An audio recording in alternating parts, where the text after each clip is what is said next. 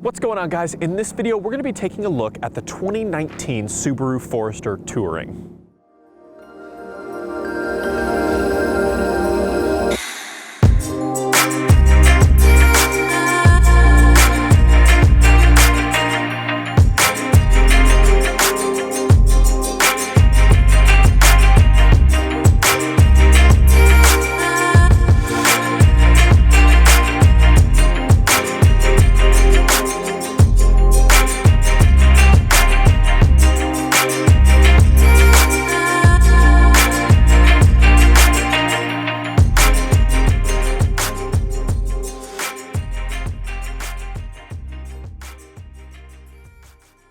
As always, you've got a plethora of trim options to choose from. Now, like I said, we're going to be taking a look at the Touring here, but we also have the base model, which I would stay away from, the Premium, which isn't bad, the Sport, the Limited, and then the Touring here. Now, I've taken a look at the base model before in my first look video, and I've made a quick highlight video of the Sport. If you want to take a look at that, check the card right here.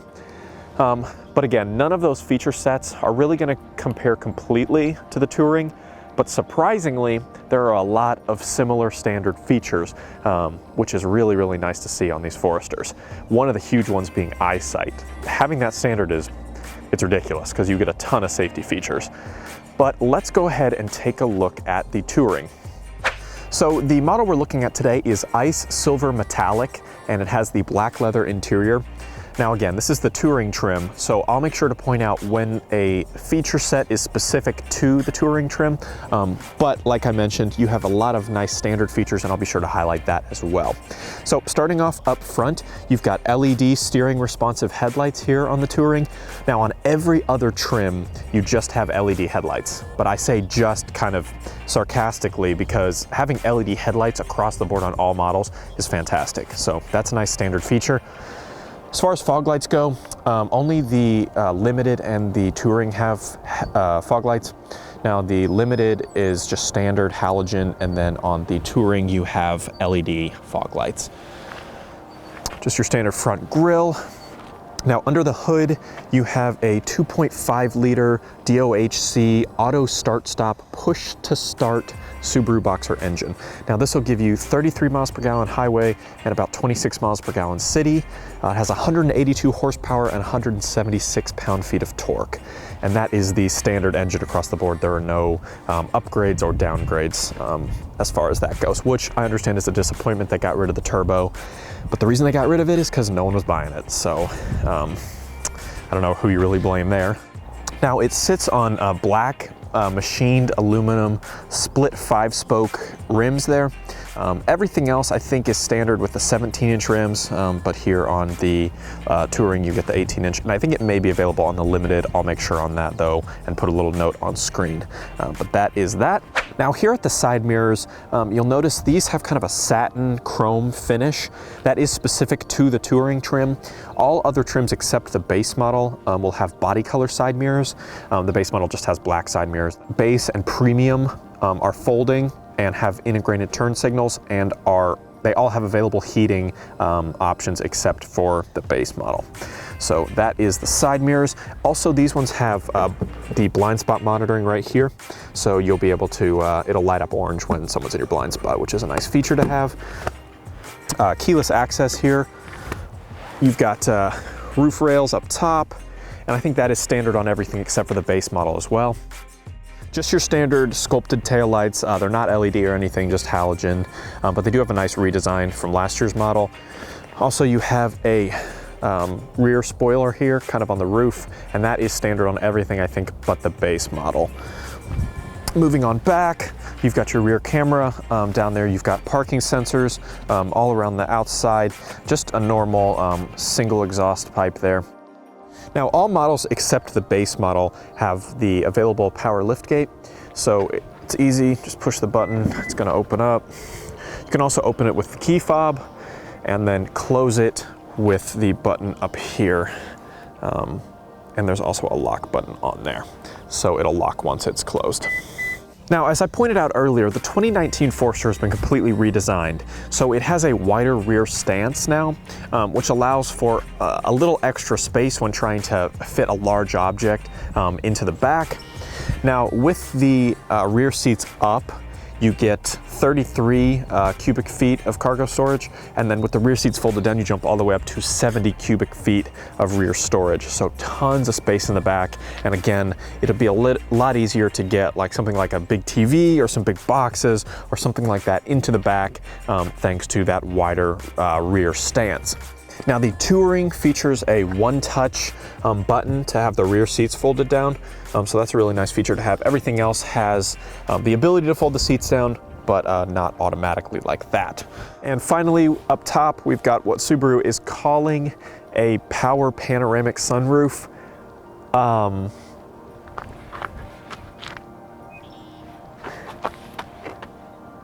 That's not panoramic, that's just a sunroof. I've seen panoramic sunroofs, that is not one, but that's what their marketing material says, so there's your panoramic sunroof. Also, like I mentioned earlier, every single Subaru Forester has eyesight standard, which is fantastic for Subaru to give us. I really wish that more car manufacturers would start doing this.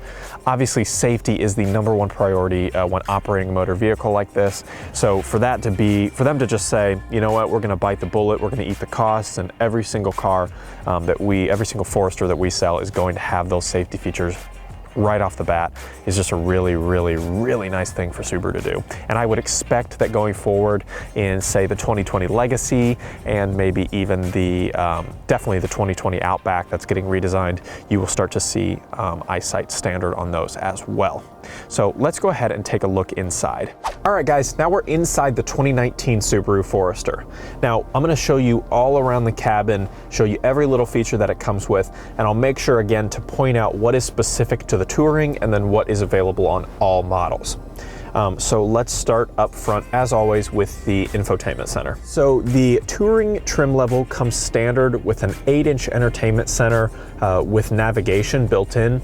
If you drop down to the Limited, you're still gonna get the 8-inch entertainment center, but you're not gonna get navigation. And then if you drop down any lower than that, you're gonna go down to a 6.5-inch entertainment center. So that'll be on the Sport, the Premium, and the base model.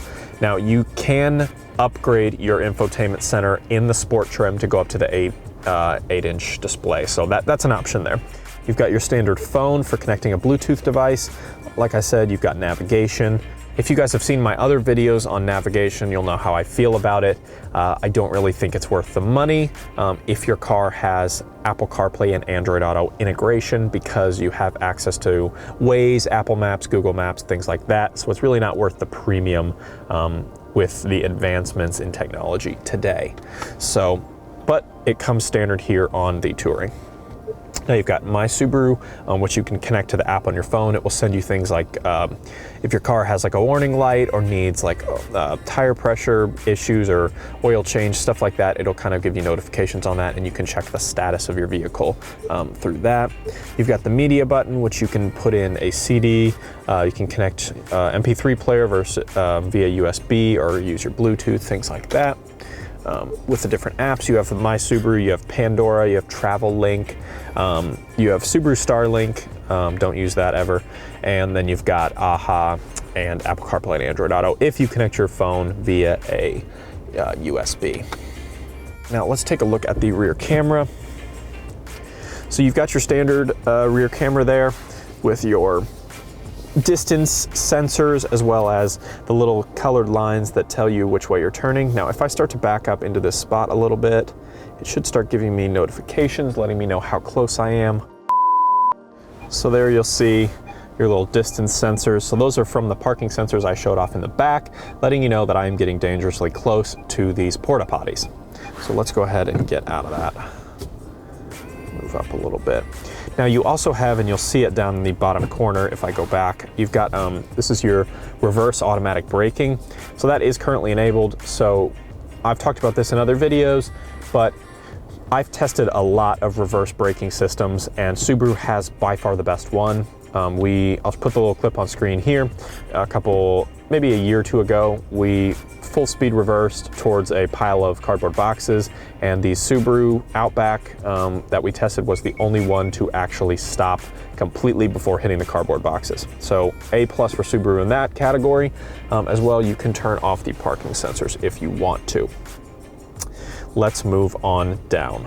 So in the Limited and the Touring trim levels, you're going to get dual zone climate control. In the other trim levels, you'll just get automatic climate control, which is still nice to have, but again, specific to the Touring and the Limited is that dual zone climate control. No wireless charging pad to speak of, unfortunately, in any Subarus that I know of, so maybe next year, that's all I can say to that. Now you've got a leather-wrapped shift knob here with your Lineartronic CVT. You also have a leather-wrapped heated steering wheel, which we'll take a look at in a second. So down here you have your drive mode selector for X mode. You've got your heated driver's seat and passenger seat. You have an automatic parking brake, and then you have auto vehicle hold button right here, which is actually a really nice feature. So how this works is, let's say you're at a stoplight, this is auto vehicle hold is enabled. If you take your foot off the brake, your car's not gonna roll at all. It'll just stay completely where it is, and then when you press the gas pedal again, auto vehicle hold will just instantly disable and you'll be able to continue driving. So here is that leather wrapped heated steering wheel that I was talking about. The heated steering wheel aspect of it is specific to the Touring, but you'll get this same kind of design language on all models. You just might be missing some of the controls here, specifically for things like the SI Drive, the adaptive cruise control, and some of the safety features that you have access to. Additionally, you have a multi-function display right there, and that may differ depending on the trim level. For example, mine on my Crosstrek is not colored like that, it's black and white. So things like that can change between trims. Also, things like these paddle shifters back here may or may not be on your specific trim.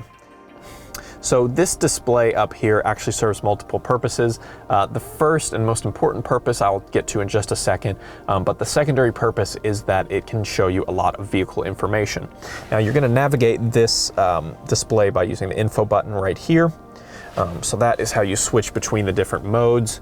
Now, as you can see here, you're seeing which safety features are currently enabled on your vehicle.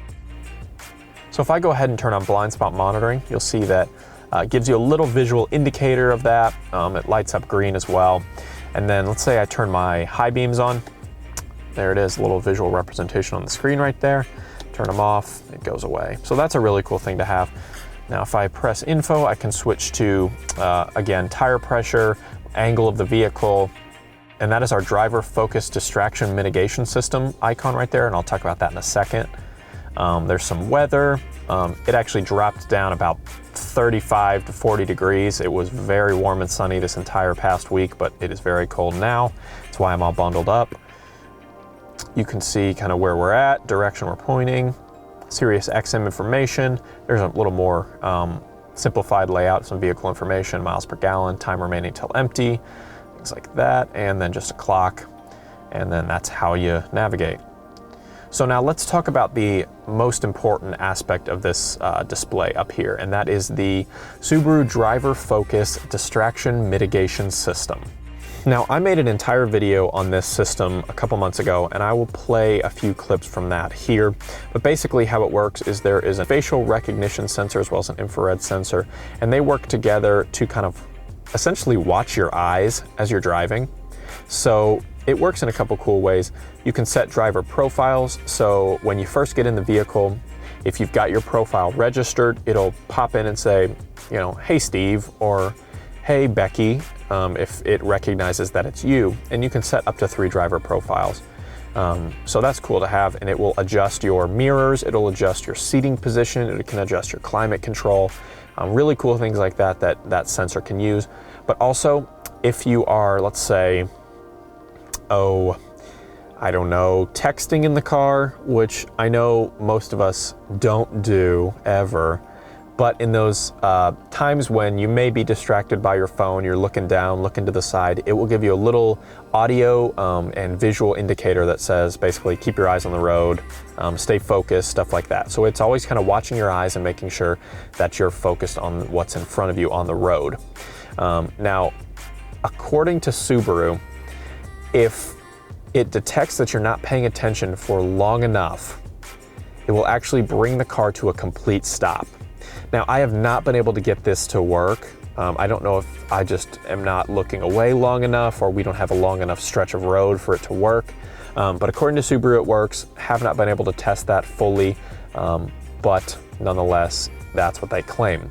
So potentially, let's say you were distracted, or even an extreme example, someone falls asleep at the wheel. According to Subaru, it'll stop the vehicle completely after enough time.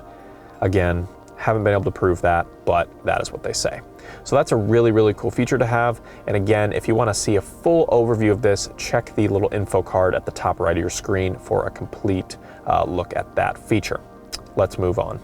Now, the entire cabin is kind of wrapped in this 3-part leather kind of thing. You've got soft touch leather here, you've kind of got a harder leather here, but still kind of soft, and then you have this kind of square pattern that runs throughout the whole cabin. So you see it all the way up top, makes its way around, and then you see it over here on the passenger airbags as well, with that kind of gray or white stitching there.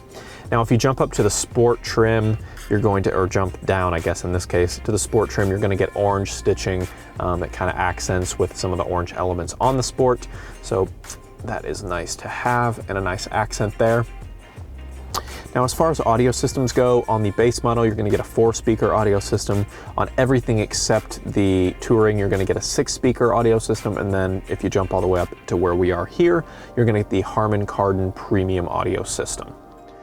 Now, as far as seating options go, this Touring has the black leather seats. You also have available gray leather as well as a saddle brown leather on certain trims.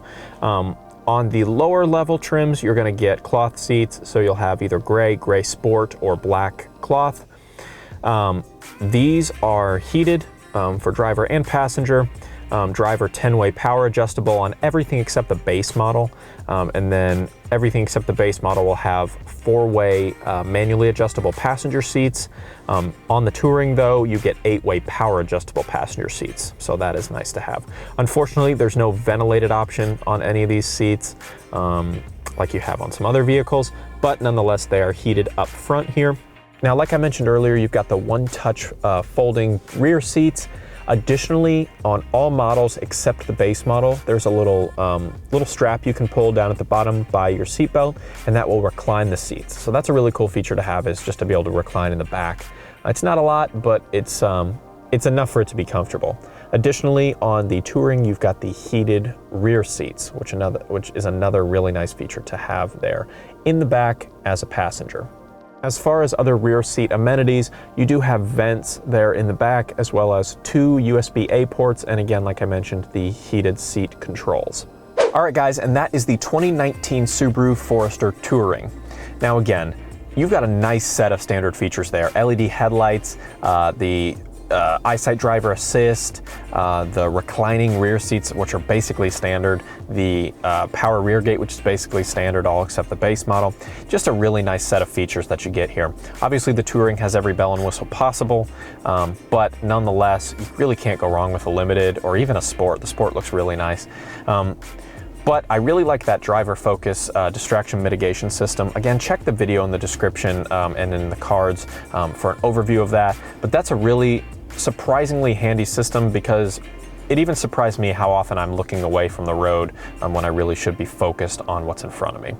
So if you guys want to see more content on the 2019 Subaru Forester, drop a like, leave us a comment below telling us what your favorite feature was, and we'll see you in the next one.